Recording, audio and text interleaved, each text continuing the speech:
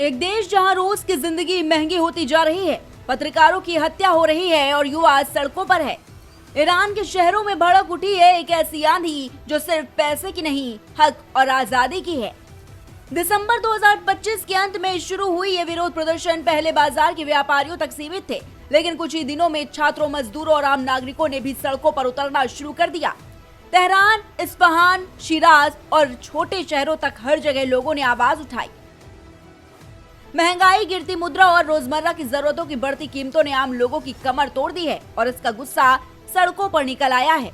अनुमानित रूप से महंगाई दर 40% से ऊपर है और रियाल की गिरती कीमत लोगों की रोजी रोटी को असहनीय बना रही है, जिससे विरोध पहले आर्थिक असंतोष तक सीमित रहकर अब व्यापक राजनीतिक नारों में बदल गया है।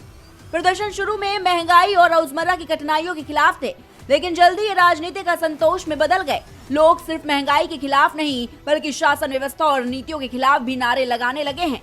कई स्थानों पर तानाशाह मुर्दाबाद जैसे राजनीतिक नारे भी सुने गए हैं, जिसमें ईरान के सर्वोच्च नेता अयातुल्लाह अली खामेनेई के शासन को खुलकर चुनौती दी जा रही है। कई जगहों पर युवा नागरिक और छात्र शांतिपूर्ण प्रदर्शन करते हुए भी जब पुलिस ने हस्तक्षेप किया तो हिंसा में शामिल हो गए। सरकार की प्रतिक्रिया कड़ी रही है। सुरक्षा बलों और बसीज मिलिशिया की सड़कों पर तैनात किया गया है, जिससे कई जगहों पर हिंसक झड़पें हुई। रिपोर्टों के मुताबिक कम से कम 7 लोग इन झड़पों में मारे गए, जिनमें प्रदर्शनकारी और सुरक्षा बल दोनों शामिल है। पश्चिमी प्रतिबंधों और पिछले संघर्षों ने अर्थव्यवस्था को और कमजोर कर दिया, जिससे कि नियोजन और नियंत्रण और भी कठिन हो गया है। लोगों का गुस्सा और बढ़ गया और छोटी छोटी घटनाएं भी बड़े प्रदर्शन में बदलने लगी। इस पूरी पृष्ठभूमि में पत्रकारों और मीडिया कर्मियों की सुरक्षा का मुद्दा भी उभर आया है। कई पत्रकारों को कथित तौर पर राज्य सुरक्षा के खिलाफ प्रचार और विदेशी ताकतों के साथ मिलीभगत जैसे आरोपों के तहत जेल की सजाएं सुनाई गई हैं, जिससे प्रेस फ्रीडम पर गंभीर चिंता बढ़ी है। कि अनुज संजारी की हालिया मौत ने इस डर और असंतोष को और गहरा कर दिया। उनकी मौत ने यह स्पष्ट कर दिया कि मीडिया और आम जनता के लिए आवाज उठाना कितना जोखिमपूर्ण हो गया है। यही घटना विरोध और असंतोष की आग में ईंधन का काम कर रही है। इन विरोधों का असर देश की रोजमर्रा की जिंदगी पर भी पड़ रहा है। बाजार, सरकारी कार्यालय, विश्वविद्यालय और परिवहन सेवाएं ठप हो गई हैं। कई शहरों और प्रांतों में भारी संख्या में सुरक्षा बल तैनात किए गए हैं और हजारों लोगों को हिरासत में लिया गया है।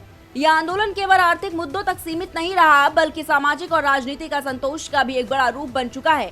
युवाओं की उपस्थिति ने इसे और प्रभावशाली बना दिया है और कई लोगों ने खुले तौर पर सरकार की नीतियों को चुनौती दी है। जनवरी 2026 तक विरोध जारी है। एक हफ्ते से अधिक समय से चल रहे ये प्रदर्शन ईरान में सबसे बड़े सामाजिक आंदोलन बन चुके हैं।